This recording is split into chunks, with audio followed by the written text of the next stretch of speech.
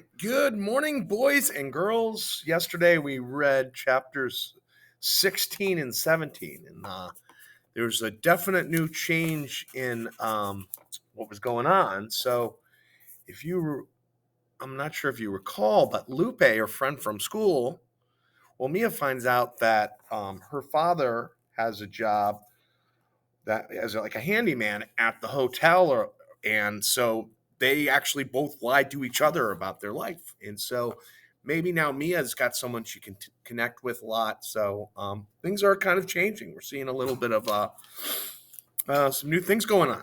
All right, some interactions between the characters, and sometimes you can find how an interaction between the characters can change the characters in some way. How that one meeting one person can really make a difference. It happens in books, it happens in real life. Here we go. Let's see. Chapter 18. While Lupe's dad fixed the cable, I filled Lupe in on all the things that happened, including Mr. Yao changing the deal on us, the drunk man attacking me, and Mr. Yao refusing to buy us a security camera. Okay, you'll never get Mr. Yao to buy that, Lupe said. You're lucky if he pays the electricity. But he has so much money. Have you seen his house? It's enormous, I said. Being rich doesn't mean you're generous. I've gone with my dad to some of the nicest homes in LA. You should see some of these rich people. They have so much money, but they're so mean to us. Just because we're poorer than them. I finished the sentence. Lupe looked at the floor. And because we're brown, she said quietly.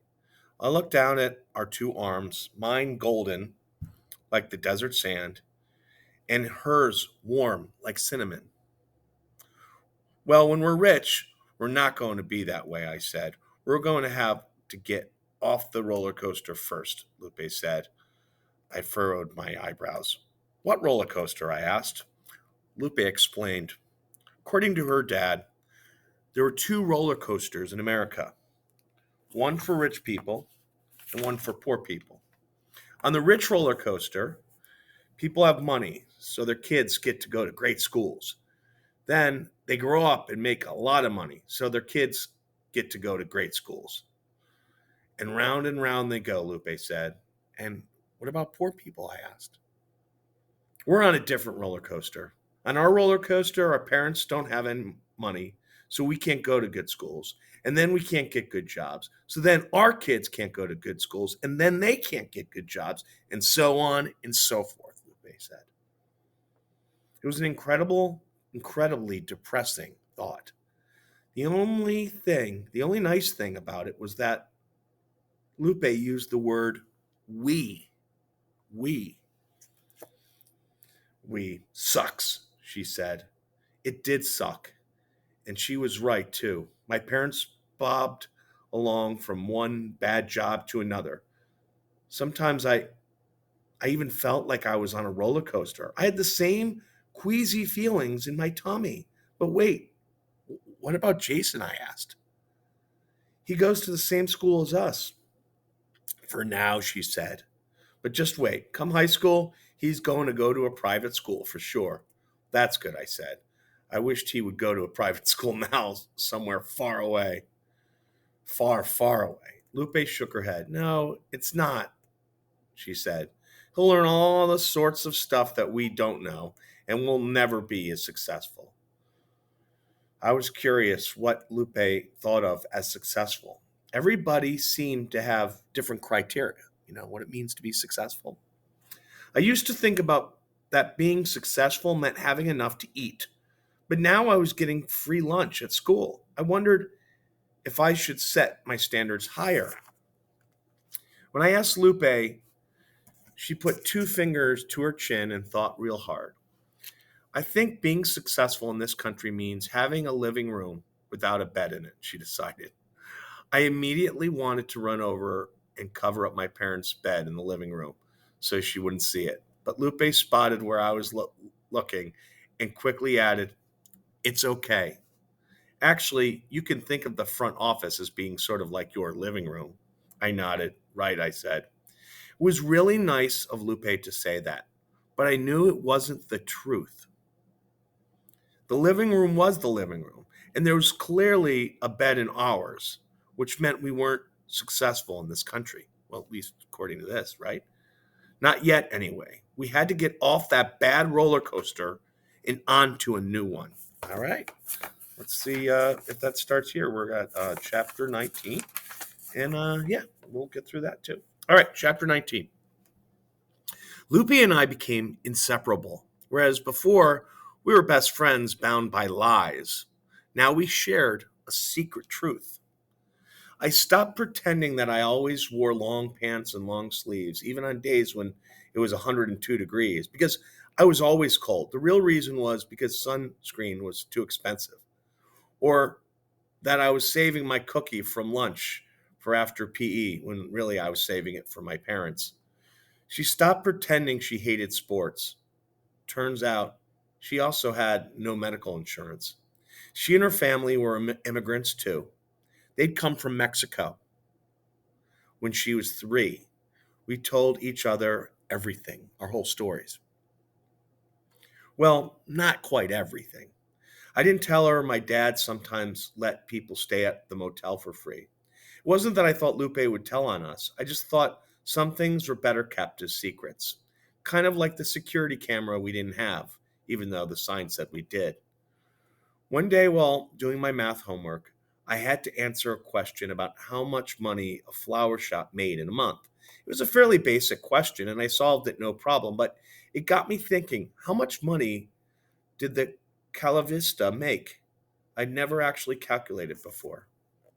Curious, I pulled out the ledger from the bottom drawer at the front desk. The ledger was this big black book my dad kept with meticulous records of how many customers we had each day. I ran my fingers over the names of the customers. On any given day at the Gala Vista, there were about 20 customers, including the weeklies. Mr. Yao kept the first 15 as per his revised deal. And my parents got $5 per person for the other 5. But say we got to keep all $20 per customer and didn't have to share with evil Mr. Yao. How much would we make? I lined up the numbers up neatly on my paper and started doing the math. My eyes boggled at the numbers. $12,000. That's how much we made for Mr. Yao last month. My parents, on the other hand, only got $750. At that rate, it would take them over a year to make what Mr. Yao made in just 1 month.